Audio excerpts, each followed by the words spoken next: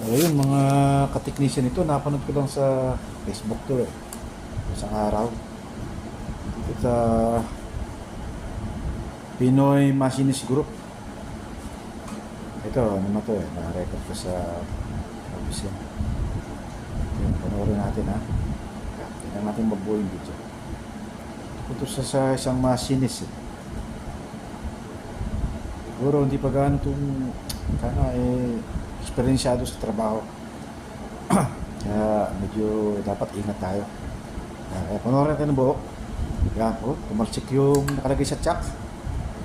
Siguro hindi gaano mahigpit yung ano niya eh. Kakahigpit niya sa materialis na kanyang tutorno. Kaya natalsikan siya eh. Tapos yung mga nasa paligid, siguro kwento na kwento. Nakikipagkwentuhan din siya. Yan. Kaya dapat ingat tayo mga guys. Sige.